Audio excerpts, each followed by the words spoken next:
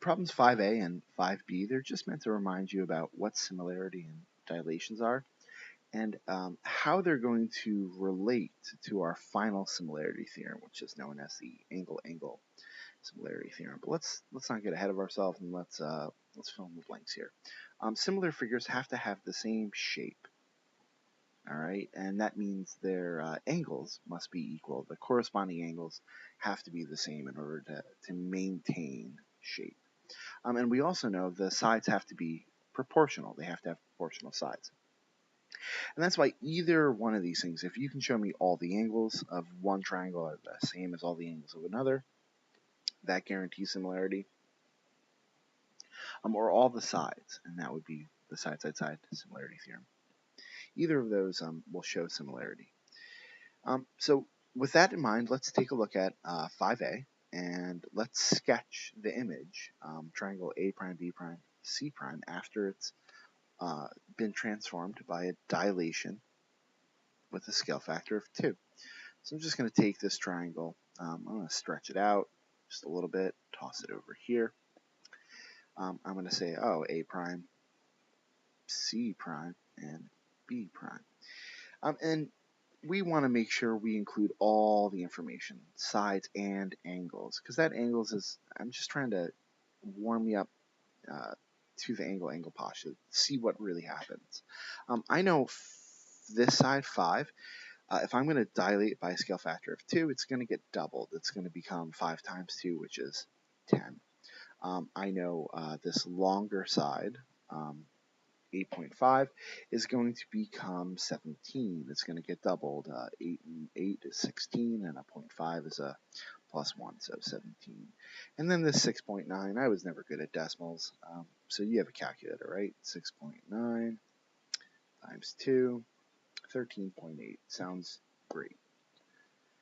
And that's how the sides grow, right? The sides are growing proportionally at a scale factor of 2. But what about the angles? Does this angle double, or does it stay the same? And that's kind of this part of similarity, that the shape has to stay the same, meaning angles, if it was 54 to begin with, in the image it will be the same thing. If it was 90 to begin with, it's got to be 90 in the image, and if it's a 36, it still has to stay 36, because your angles can't increase or decrease, because these angles all have to sum to 180 degrees, and if you affect their measures, they're not going to maintain the triangle sum theorem, that all angles of a triangle must sum to 180. So while the sides will grow at a constant rate, they'll be proportional, the angles stay the same. So here, in 5B, there's an angle that's missing. I didn't tell you what that is, but it kind of doesn't matter, because if we dilate it by a scale factor of 3, I know when I dilate that, whatever this angle is, this angle has to be the same. And I know this side will change. It will become 6, right? Dilation of 3. 3 times my original side is 6. 6. And like I said, I'm not good with decimals, so that bottom side, 2.4 times my scale factor, 7.2. And I know this side is going to be 54, angle, and this angle will be 54. That's isosceles. It's nice to know.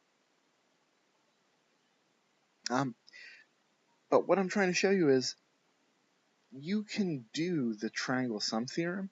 You can add up those angles, 54 and 54, and you can subtract them from 180. And you can see that this angle up here has to be 72. And the same thing is true with the image, right? If you know 2 angles here are congruent to 2 angles here, it kind of guarantees you that the triangles have to be similar, because you know that third remaining side has got to be 72, because no matter what triangle you're working with, you're always taking 2 angles and then subtracting them from 180.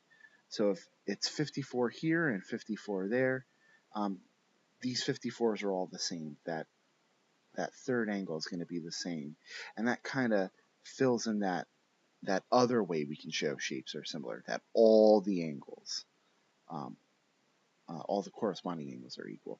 But I don't need to know all of the angles are equal.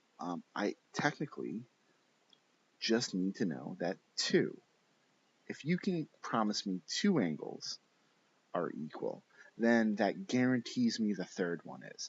And that's why our final similarity theorem is called the angle-angle similarity theorem. And it says if two angles of one triangle, so this 45 and this angle there, if those angles are congruent to two angles of another triangle, so 45 and this angle there, that promises you the triangles are similar. That's another way we can show triangles are similar. And why this works is, well, in order to be similar, you have to have the same shape, meaning corresponding angles have to be equal. You only need to know two because that third angle, whatever it is, if you show me these two are the same and these two, right? If these pairs are the same, then this third also has to be the same. And that was like in problem 5b, right? If I know this is 54 and 54, and they stay 54 and 54, then this third angle had to be 72. And this third angle also had to be 72. And that's a corollary, something that follows from the triangle sum theorem. The fact that all triangles have to have 180 in them. So you could kind of write that up like this. And in the next problem, we'll see that used in a proof.